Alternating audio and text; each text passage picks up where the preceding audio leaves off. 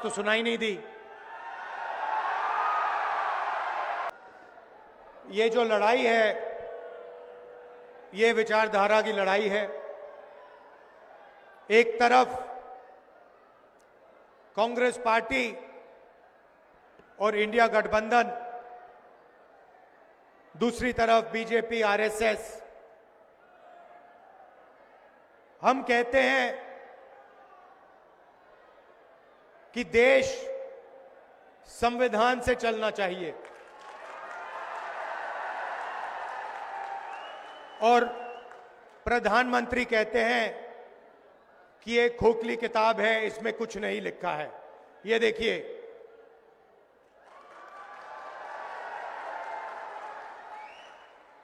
ये किताब खोखली सिर्फ आरएसएस के कार्यकर्ताओं के लिए और बीजेपी के लोगों के लिए है। हमारे लिए ये इस देश का डीएनए है। इसके अंदर अंबेडकर जी की, फूले जी की, शिवाजी महाराज जी की, बुद्ध भगवान की, नारायण गुरु, बसवना, महात्मा गांधी, इन सब की सोच हमारे लिए इस किताब में है। और ये हमारे लिए एक नई किताब नहीं है, ये हमारे लिए हजारों साल पुरानी सोच है। और जो इसमें लिखा है उसी के लिए हजारों साल से हिंदुस्तान में लोग लड़ रहे हैं, मर रहे हैं।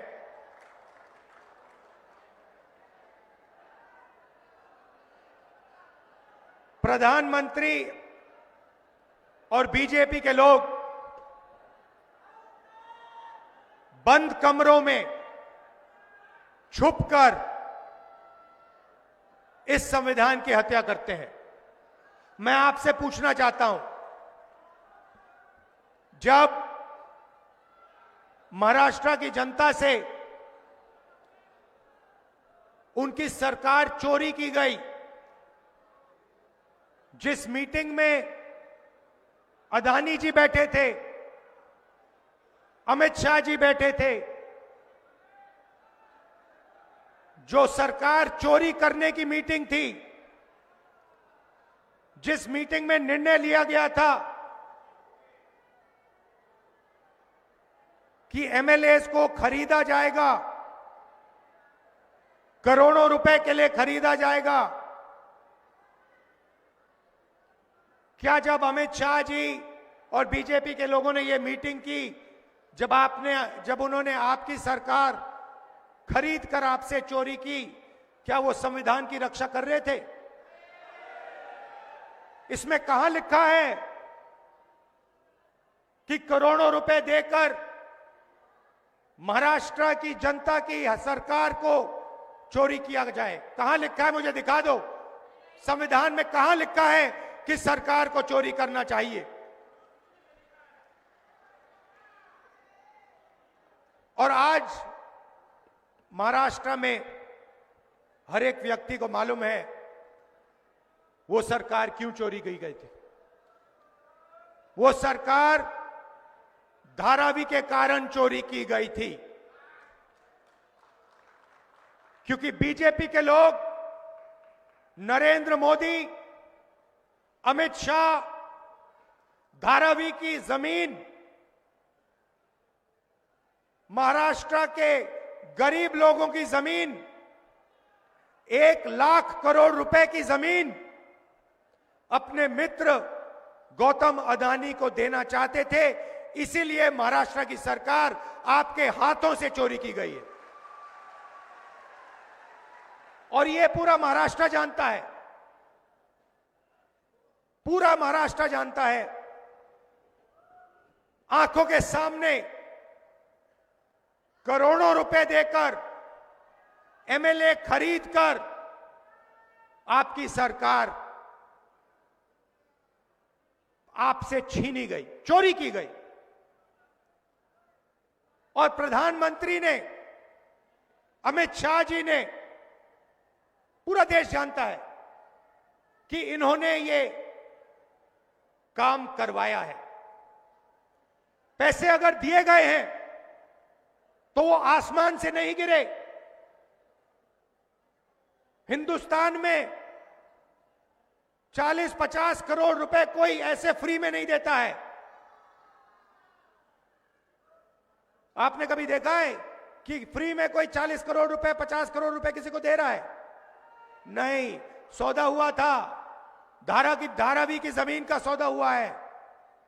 इसीलिए एमएलएस को करोड़ों रुपए दिए गए। कहां से आए? किसने ऑर्डर दिया? पूरा देश जानता है, बोलने की भी जरूरत नहीं है। पूरा देश जानता है कि जिस पैसे से एमएलए खरीदे गए उसको बांटने का ऑर्डर किसने दिया। महाराष्ट्र का 6 साल का बच्चा जानता है। और फिर प्रधानमंत्री आते हैं और कहते हैं कि राहुल गांधी रिजर्वेशन के खिलाफ। मेरी बहन मुझे बता रही थी कि उन्होंने मोदी जी का भाषण सुना और उस भाषण में मेरी बहन ने मुझे कहा कि जो हम बोलते हैं वही मोदी जी आजकल बोल रहे हैं। पता नहीं, शायद मेमोरी लॉस हो गया है।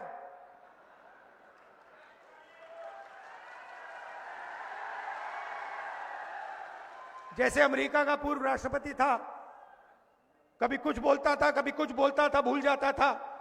उसको याद दिलाना पड़ता था पीछे से, भैया आपको ये नहीं बोलना, आपको ये बोलना है।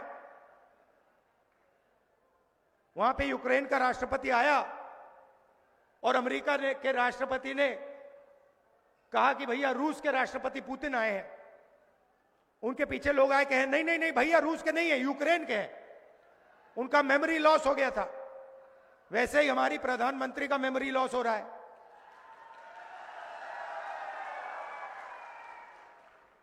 पता नहीं, शायद अगली मीटिंग में आपके पास आएंगे, कहेंगे भैया महाराष्ट्र की सरकार सोयाबीन के लिए 7,000 रुपए देती है प्रति क्विंटल।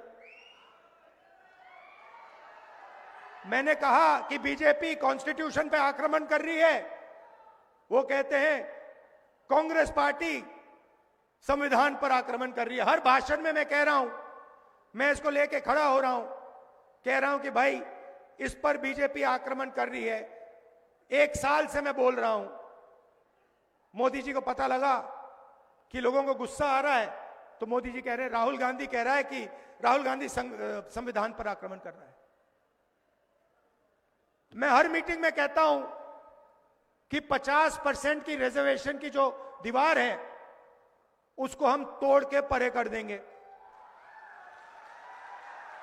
लोकसभा में मैंने नरेंद्र मोदी जी के सामने बोला कि 50% की जो रिजर्वेशन की दीवार बना रखी है, जिसको आप नहीं तोड़ना चाह रहे हो, उसको हम लोकसभा में तोड़ के दिखाएंगे। उनके सामने मैंने बोला मेमोरी लॉस हो गई। मोदी जी कहते हैं राहुल गांधी रिजर्वेशन के खिलाफ है। राहुल गांधी, उनके सामने मैंने बोला कि मैं 50% की जो दीवार है उसे तोड़ने वाला हूं। कांग्रेस पार्टी इंडिया गठबंधन उस दीवार को तोड़ेगी। और मोदी जी का मेमोरी लॉस हो गया, कहते हैं राहुल गांधी तो रिजर्वेशन के खिलाफ है।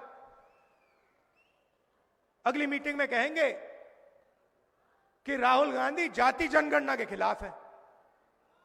मैंने उनके सामने बोला मोदी जी जाति जनगणना कराइए, देश को पता लगना चाहिए कितने दलित हैं, कितने आदिवासी हैं, कितने पिछड़े वर्ग के लोग हैं। देश को पता लगना चाहिए कि इनकी भागीदारी कितनी है।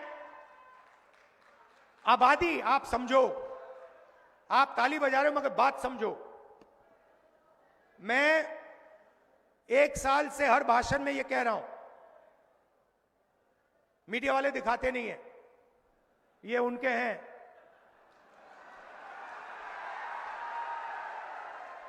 अच्छा, मजे की बात है, जब मैं कहता हूं ये उनके हैं तो ये मेरी ओर देख के मुस्कुराते हैं, कहते हैं हां हम उनके हैं। आपके नहीं है। देखिए मुस्कुरा रहे हैं, देखिए देखिए देखिए, ये देखो, ये ऐसे कर रहा है, देखो। मगर देखो, इनकी गलती नहीं है, इनकी गलती नहीं है। ये तो मुझे अच्छे लगते हैं, इनको काम करना है, इनको सैलरी लेनी है, इनको बच्चों का एजुकेशन करना है, इनको खाना खाना है। तो ये मालिकों के खिलाफ कुछ नहीं कर सकते, ये एक प्रकार से गुलाम हैं। तो इनसे मेरी कोई लड़ाई नहीं है।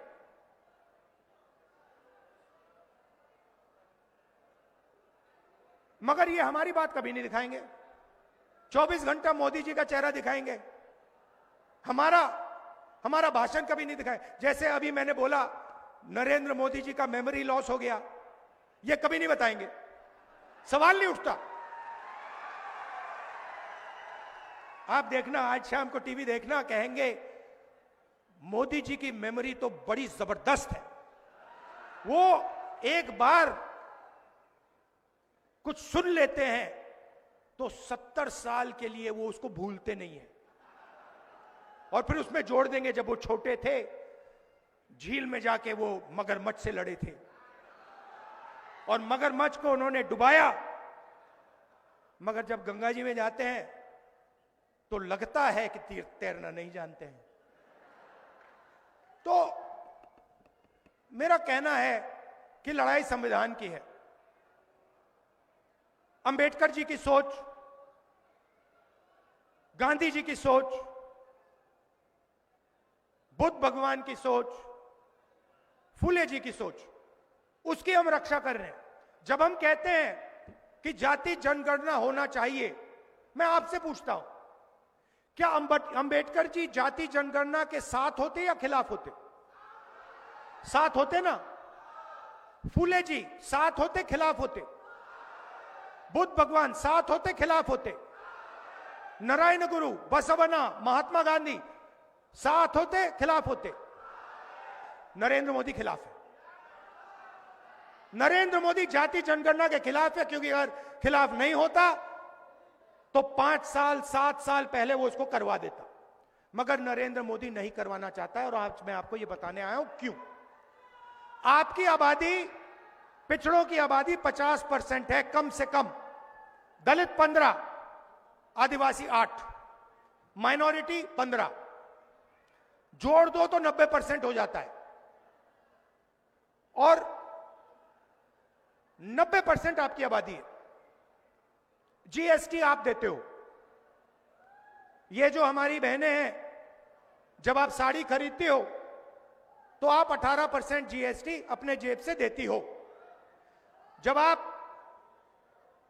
कुछ भी खरीदते हो उसमें ऑटोमेटिकली जीएसटी लग जाता है। अगर आपने अपनी बेटी के लिए एक साड़ी खरीदी, आप 18% जीएसटी देती हो। अगर वही साड़ी अरबपति अदानी ने खरीदी तो वो भी 18% जीएसटी देगा, वो 19% नहीं देगा। जितनी आप देते हो उतनी वो देता है। और ये सारी की सारी जीएसटी इकट्ठा होती है, दिल्ली जाती है, और वहां पे बजट का निर्णय लिया जाता है। आपने देखा होगा, सीतारमन जी सूटकेस लेके आती हैं पार्लियामेंट हाउस में, देखा ना आपने? महाराष्ट्र में दूसरा सूटकेस लेके आते हैं एमएलए वाला, वहां पे छोटा सा सूटकेस होता है, यहां पे बहुत बड़ा होता है। छोटा सा सूटकेस लेके जाती हैं और बजट पेश करती हैं। तो मैंने पता लगाया कि ये जो बजट है आपके जीएसटी का बजट, इसको कौन बनाता है? पता लगा कि 90 अफसर इस बजट को बनाते हैं। 90 अफसर सारे के सारे फाइनेंशियल निर्णय लेते हैं। महाराष्ट्र में कितना पैसा आएगा, सड़कों में कितना जाएगा,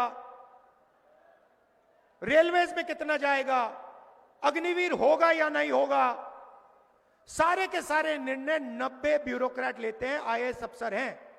मैंने उनकी लिस्ट निकाली और मैंने कहा पता लगाते हैं कि 90 में से दलित कितने, आदिवासी कितने, पिछड़े वर्ग के कितने, और यह भी पता लगाते हैं कि जब धन बढ़ता है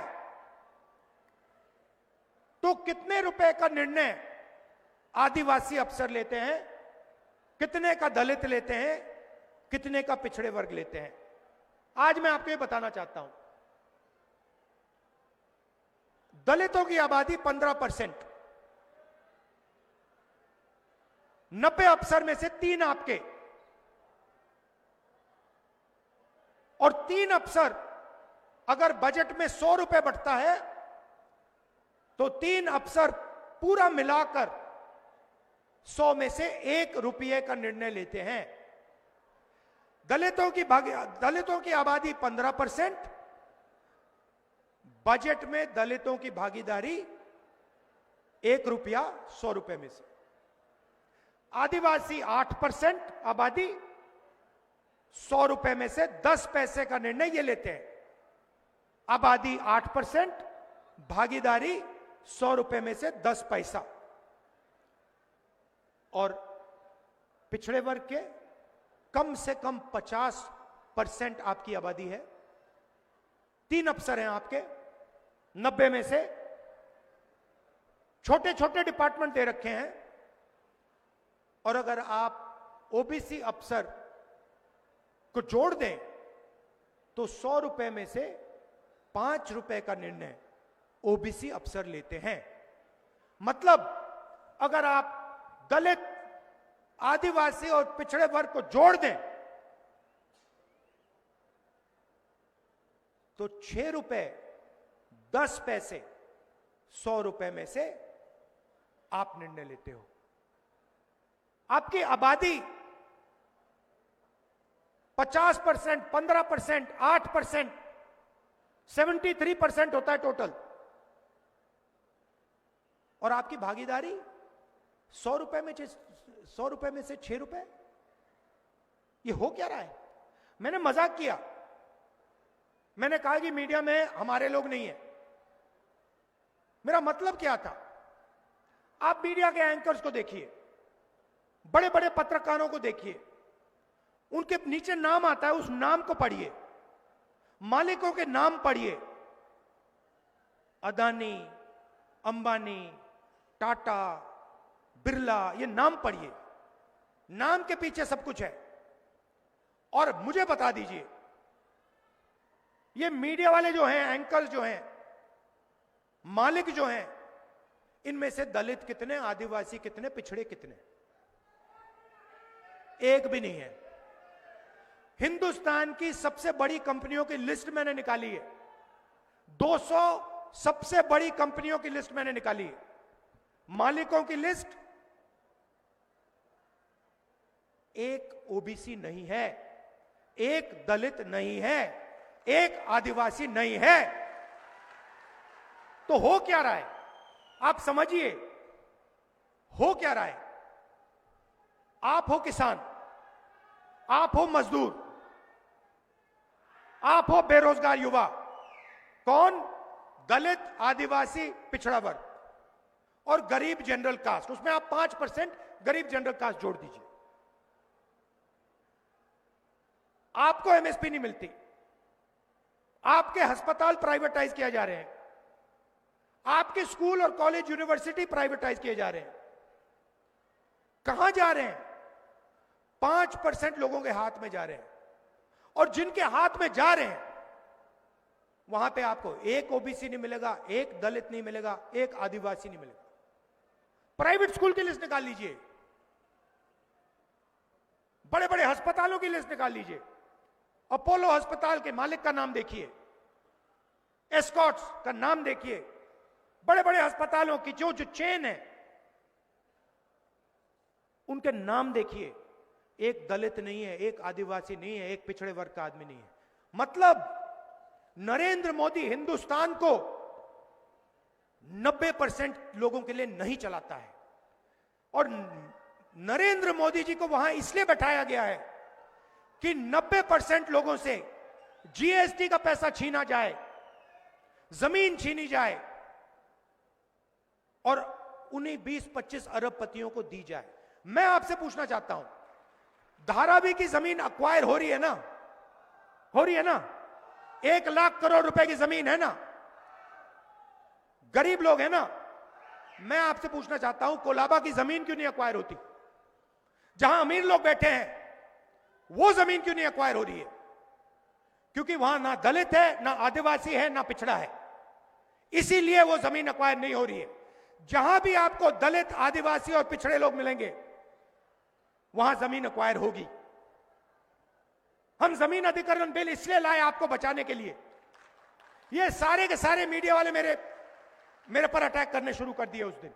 जिस दिन, मैं आपको बता रहा हूं, जिस दिन मैं भट्टा परसोल पहुंचा उस दिन से मीडिया वाले मेरे पीछे पड़ गए।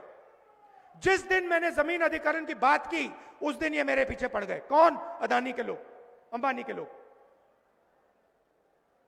मेरी छवि बिगाड़ने की कोशिश की, हजारों मतलब करोड़ों रुपए लगा दिए कि राहुल गांधी को बदनाम करो। क्यों? क्योंकि मैं आपकी जमीन की रक्षा करता हूं। और मैं कहता हूं कि अगर धारावी की जमीन अदानी को दी जाएगी, अगर लाखों करोड़ रुपए उसके हवाला किया जाएगा, उसको दिया जाएगा, तो फिर हजारों करोड़ रुपए हमारे किसानों की जेब में भी जाना चाहिए। हम इस बात को मानने के लिए तैयार नहीं है कि सोयाबीन का किसान मर जाए, भूखा मर जाए और उधर 25 अरबपतियों का 16 लाख करोड़ रुपया कर्जा माफ हो। हम इस बात को मानने को तैयार नहीं है, हम ये होने नहीं देंगे। इसीलिए पूरी की पूरी मीडिया इंडिया गठबंधन के खिलाफ खड़ी है। इसीलिए 24 घंटा नरेंद्र मोदी का चेहरा दिखता है। भाई और बहनों, आपकी जमीन इनको चाहिए, आपका जल इनको चाहिए, आपका जंगल इनको चाहिए, ये आपसे सब लेना चाहते हैं। हिंदुस्तान के 25 अरबपति हैं, 16 लाख करोड़ रुपया उनका कर्जा माफ किया है। हमने हिंदुस्तान के हर किसान का कर्जा माफ किया था। 70,000 करोड़ रुपए लगे थे, 70,000 करोड़ रुपए लगे थे। इन्होंने अरबपतियों का 16 लाख करोड़ रुपया माफ किया है। 1 लाख करोड़ रुपए अदानी को धारावी में देने जा रहे हैं। ये सोचते हैं बड़ी आसानी से होगा। इतनी आसानी से नहीं होने वाला। राहुल गांधी खड़ा हुआ है यहां पे। तो यही सवाल है, कॉन्स्टिट्यूशन में कहीं नहीं लिखा है कि दलितों की, पिछड़ों की, मजदूरों की, गरीबों की जमीन छीनकर 25 अरबपतियों को दिया जाएगा। कहीं नहीं लिखा है। मुझे दिखा दो, मुझे दिखा दो या कहां लिखा है इस किताब में कि अरबपतियों का 16 लाख करोड़ रुपए माफ होना चाहिए। कहां लिखा है कि धारावी की जमीन छीनी जानी चाहिए और जो वहां मजदूर रहते हैं, गरीब रहते हैं, उनको उठा के बाहर फेंक देना चाहिए। कहां लिखा है इस किताब में? कहीं नहीं लिखा है। क्योंकि यह किताब शिवाजी महाराज की किताब है और शिवाजी महाराज मर जाते मगर गरीबों का नुकसान नहीं करते।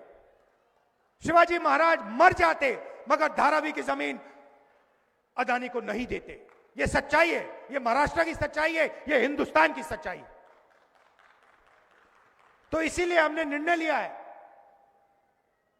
और यह शुरुआत है। दिल्ली में सरकार नहीं बनी, नहीं तो हम आपको अच्छी तरह दिखाते। हमने निर्णय लिया है कि अगर वो अरबपतियों को लाखों करोड़ रुपए दे सकते हैं तो हम महाराष्ट्र के किसानों को, मजदूरों को, महिलाओं को भी लाखों करोड़ रुपए दे सकते हैं। यहां महिलाएं आई हैं, हमारी सरकार यहां चुनकर आएगी।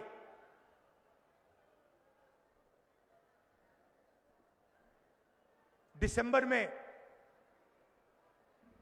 आप सुबह जगेंगी और कहेंगी कि चलो देखते हैं बैंक अकाउंट में कितना पैसा है। और आपको पता लगेगा कि इंडिया गठबंधन की महाराष्ट्र की सरकार ने महीने का 3,000 रुपए आपके बैंक अकाउंट में डाल दिया है। आप अपने बच्चों से जाके कहेंगी 3,000 रुपए हमारे बैंक अकाउंट में इस महीने के लिए आएगा, और आपके बच्चे आपसे कहेंगे मम्मी अगले महीने भी 3,000 रुपए हमारे बैंक अकाउंट में आएगा, उसके बाद भी आएगा, उसके बाद आएगा, हर महीने पहली तारीख 3,000 रुपए हमारे बैंक अकाउंट में, हमारे गरीब परिवार के बैंक अकाउंट में इंडिया गठबंधन की सरकार डालेगी।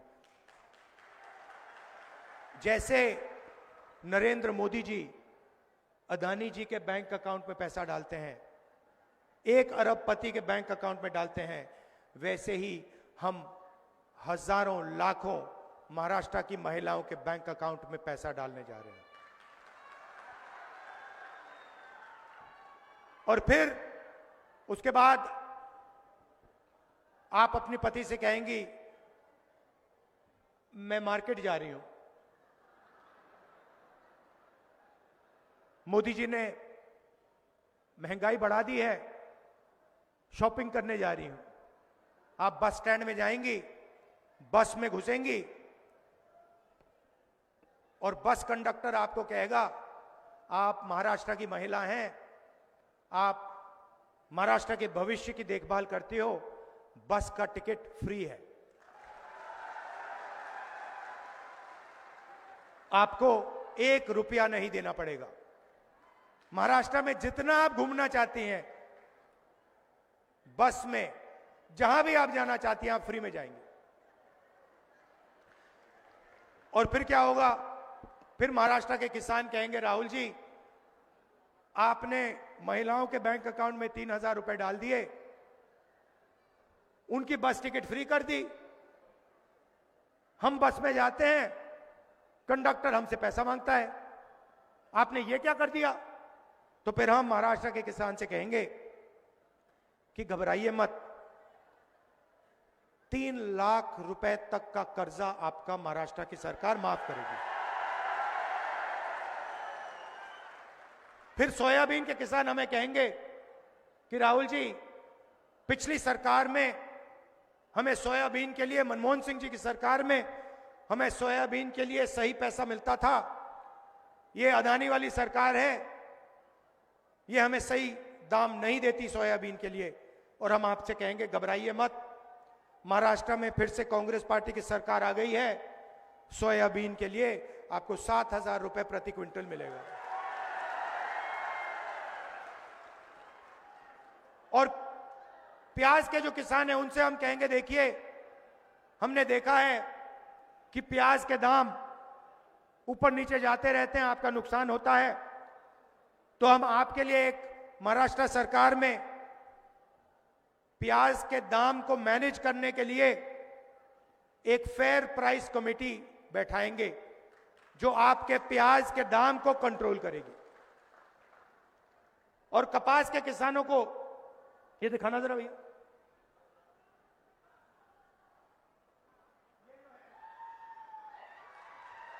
ये जो है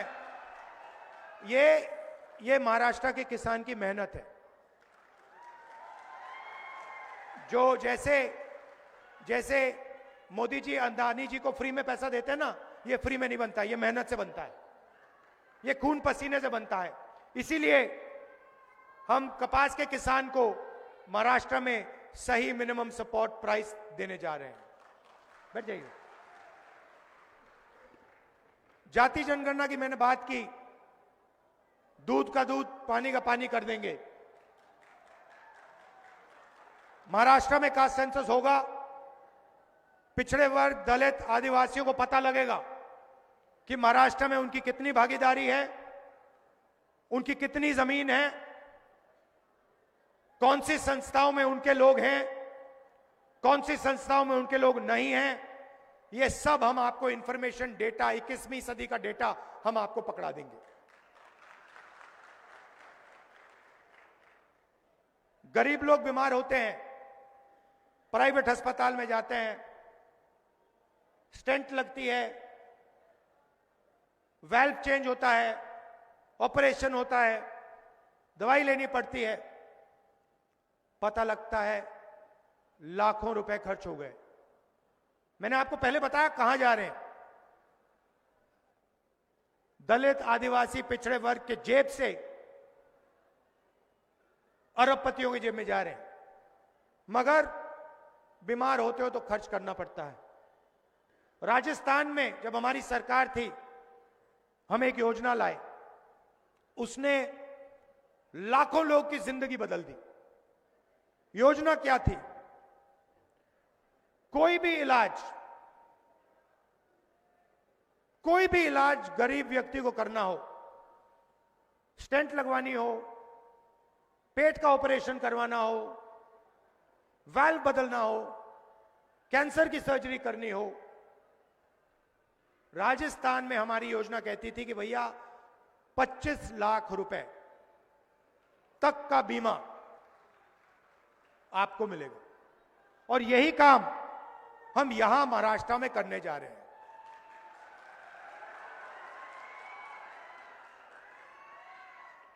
इस भीड़ में कोई भी बीमार हो, और अभी होंगे लोग जिनको ऑपरेशन करवाना हो,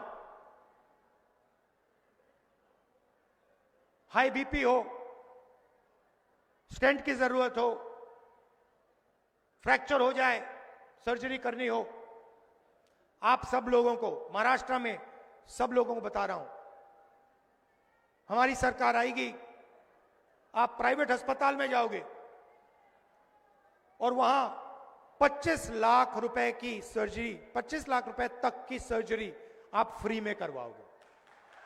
महाराष्ट्र की सरकार 25 लाख रुपए का बीमा आपको देगी। यह हमने राजस्थान में किया है, बड़ा सक्सेसफुल स्कीम था, बहुत फायदेमंद स्कीम था, वही हम यहां महाराष्ट्र में आपके लिए करने जा रहे हैं।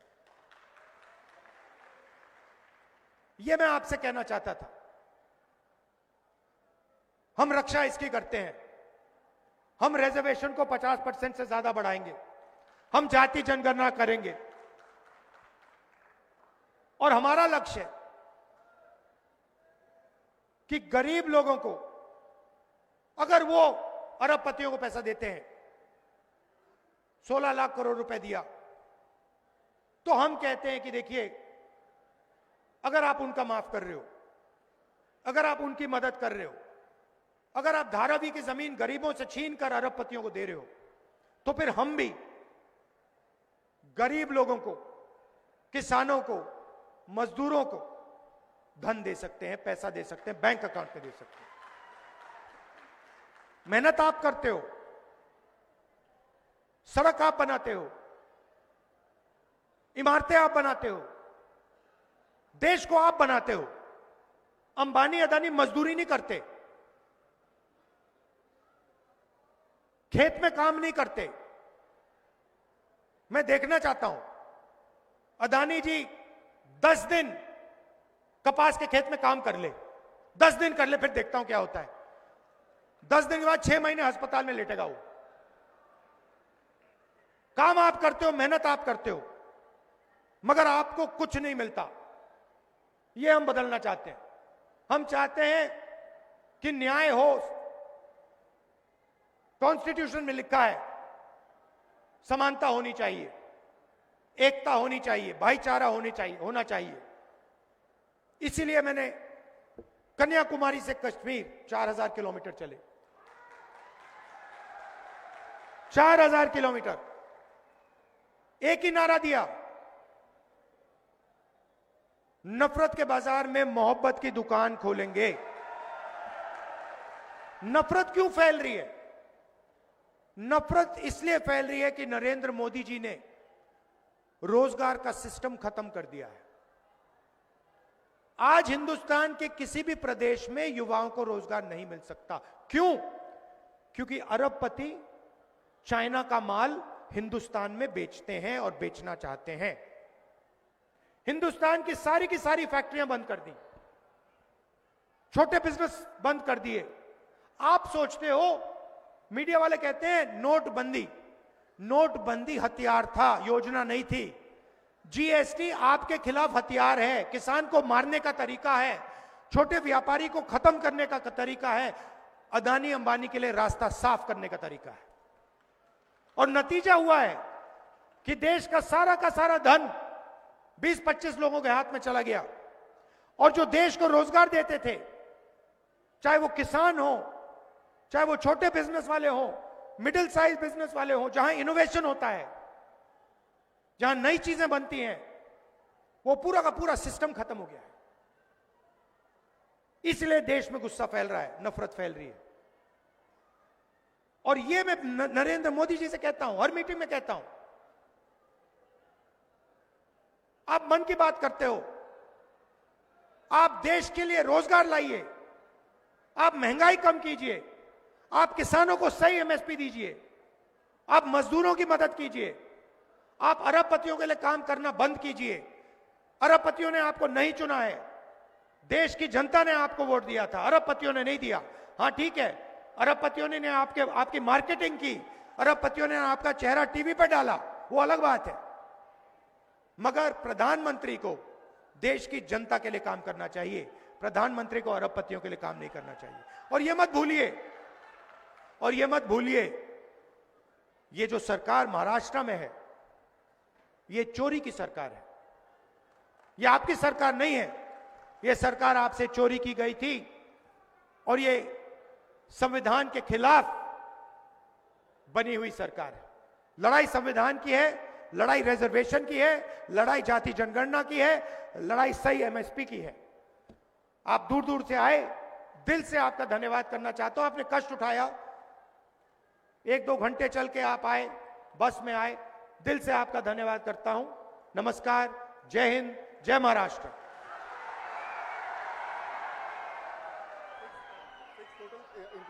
जाहीर सभेत